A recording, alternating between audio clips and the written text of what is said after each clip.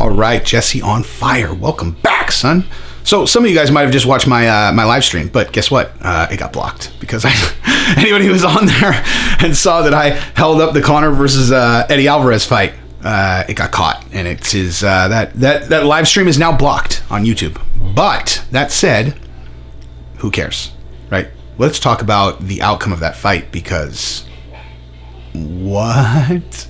Like, I was very open with the fact that I bet on Justin Gaethje. Like, just again, from an X's and O's stylistic matchup, it looked like Justin Gaethje was going to be the kind of, like, the fighter that could beat Khabib. And the way that Khabib ran through him like that, okay, so the fact that he was able to do whatever he wanted with just, like, he didn't just, I mean, Justin had success in one area, one, leg kicks, okay, one, that's it. Okay, on the feet, the first round was, like, I said after the fight, I'm like, he's the GOAT, man. He's the GOAT. Because here's the thing.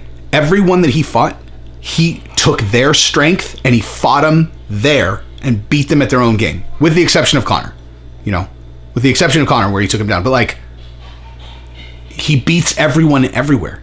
Like, Gaethje should have had the advantage on the feet. And the thing, what Khabib stayed right in his face the entire time. Wasn't even going to let Justin breathe for a second. Justin was tired after the first round. And I was just watching that like, oh my God. Like, that first round was unreal. And the fight was over. At the end of the first round, that fight's over. If there's another minute in that round, fight's over. Khabib's going to get that submission, it's over. Comes out in the second round, beats him up, passes as he takes him down, ends up in full mount, slaps a triangle on him, puts him to sleep. Unreal. And actually, like, good to see for some people, I bet, because, I don't know, you know, before someone ever, like, actually put me in a triangle, or I learned how to do a triangle, which is the only submission I know how to do. But before that, like, I would always watch them, like, why are they tapping from that? And did you see how fast it put Justin to sleep? Like, he slapped that on him, and Justin was asleep inside of 8 seconds. You know? It's crazy. But for Khabib to be fighting through the adversity that he was fighting through, and to have that performance against who should have been his toughest matchup, and then he retires, he's the GOAT, man. He's the GOAT. He's the GOAT. He's the GOAT. But let me say this. He's going to come back, okay? Just so we're clear, he's going to come back. And I'll tell you why I know that. He's 32, okay? This is the thing that I know better than anybody. I know people. And here's what I can tell you is going to happen, okay? He's 32. Right now, he's very emotional. His dad died in July, okay? It's been 3 months. Fast forward 3 months, okay? He's overwhelmed with grief. He's been shoveling it down. His mom said, don't fight without your father. She's overwhelmed with grief. Like, if you lose a spouse, that's really heavy. Like, really heavy. Maybe even heavier. Actually, definitely heavier than losing your parent. And so she is probably going through incredible grief. Khabib is a family man who's protective of his mom. She asked him not to fight. He said he has to do this one more. He feels like he's protecting his mom by retiring. He's gonna come in. He's gonna be the coach, and he'll do that. He's gonna kind of go into the role that his dad had, and he's gonna coach these guys, and he'll be an incredible coach, and he will probably end up being his father, right? Like, he's gonna have a whole army of Dagestani killing machines that he's coached, world champions, and that's what he'll do. But he's 32, man. He's 32. He's got at least, because he's still going to be training, and he's still going to be working with guys. He's still got at least 4 to 5 years of feeling like I'm still in my prime physically, right? And as soon as anyone emerges at 155, they're going to start calling him out because it's a super fight. If you have the belt and you get Khabib to come back, you're going to get paid $10 million. Okay, you fight someone else, you're going to get paid $3.5 million. You fight Khabib, you're going to get paid 10. Okay, so like we've talked about a million times, people operate off of incentive structures. So what's going to happen is whoever wins, whoever emerges as the champion, who beats, a couple contenders, they are going to start calling him out. If they don't, if Conor beats Dustin and they make that for the belt, Conor's going to immediately start calling Khabib out. And honestly, if there's any upside in this, it's that Conor might continue to fight at 155 to try to bait Khabib out because he wants that fight so bad.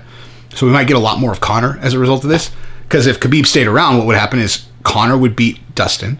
Conor would fight Khabib. Khabib would crush Conor, and Conor might not fight again for a long time. And I love watching Conor fight. So, but yeah, whether it's Conor or even if, I don't know if Gaethje would call him out. If Gaethje emerges and he has the belt and clears everybody out, then I take that back. He won't do that. But he's the only one. Any other champion for the next 4 years who clears is going to be calling for Khabib. And Khabib's going to be sitting there 33 years old, maybe, things have calmed down a little bit. Like, it's not like he's over it ever, but like, it's not so fresh. His dad died 3 months ago, man. 3 months ago. And so he's going to feel different in 3 months. Like, he's going to feel different in 3 months, right? So, yeah, I mean, I think he'll come back. I do. I really do. I think right now is an incredibly emotional time. If he doesn't come back, great. And honestly, I think he'll beat whoever he comes back. I mean, if he comes back even a moderately similar version of himself, he'll win. There's no one who's going to beat him, man. There's no one who's going to beat him. No one. And that's the thing, like, I got into it with these guys, I got into it with these guys online, about, I was like, he's the GOAT, man, he's the GOAT. And people were like, nah, man, it's GSP. And I'm like, no, it's not. Like GSP fought longer. GSP cleared out the division, true. But GSP got knocked out by Matt Serra. And GSP also lost to Matt Hughes. He lost. Okay, he lost. He avenged them, but he lost. Okay? Khabib's lost 1 round. And if you watched that 1 round, it's not like you're like, wow, he really got his ass kicked there. He took the round off. He was tired. Conor outpointed him a little bit, and then he smashed Conor in the next round. I mean, like, he's the GOAT, dude. Or at the very least. Okay, so if we don't want to do the GOAT thing, he's the most dominant fighter to ever fight in the UFC. There is no question. He's the most dominant fighter in the history of mixed martial arts. That's a fact. As a matter of fact, that's a 100% fact. The most dominant fighter in the history of sport. No one has been able to hurt him. No one's been able to look like he's in trouble. No one's been able to out wrestle him. No one's been able to out jiu-jitsu him. He's beat every single guy he's fought in every single way he's fought them. And you guys know I'm a fanatic Conor fan. These are just objective facts. So I'm really proud of him. Also, Robert Whittaker's a stud, and they say that he's going to fight Adesanya again, and that's not a good matchup for him. Adesanya, it's going to be the same outcome. Adesanya by knockout, second round. What else?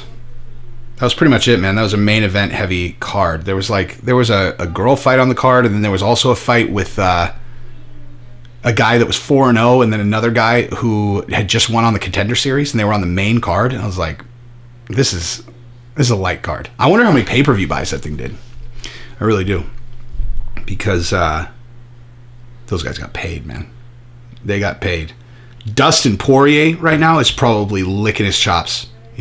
He got 1 taste of pay-per-view money when he fought Khabib, when he had the interim belt, just like Gaethje, and I'm sure he made a fortune. And now he's got a fight in front of him that he already was all fired up about with Conor, and now it's for a belt. So, like, he's going to get paid for the Conor fight. If he wins the belt and then fights Gaethje or whoever else, it's life-changing money. It's just life-changing money if you have the belt. So, in that sense, it's hard to root against him, given that Conor's already set for life with money, and Dustin's such a good dude, but Conor's the worst matchup ever.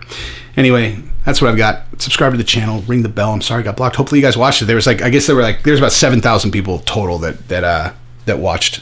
So that was actually, I think that's the biggest live, like the highest number of people that have tuned in total. So, yeah, that was fun.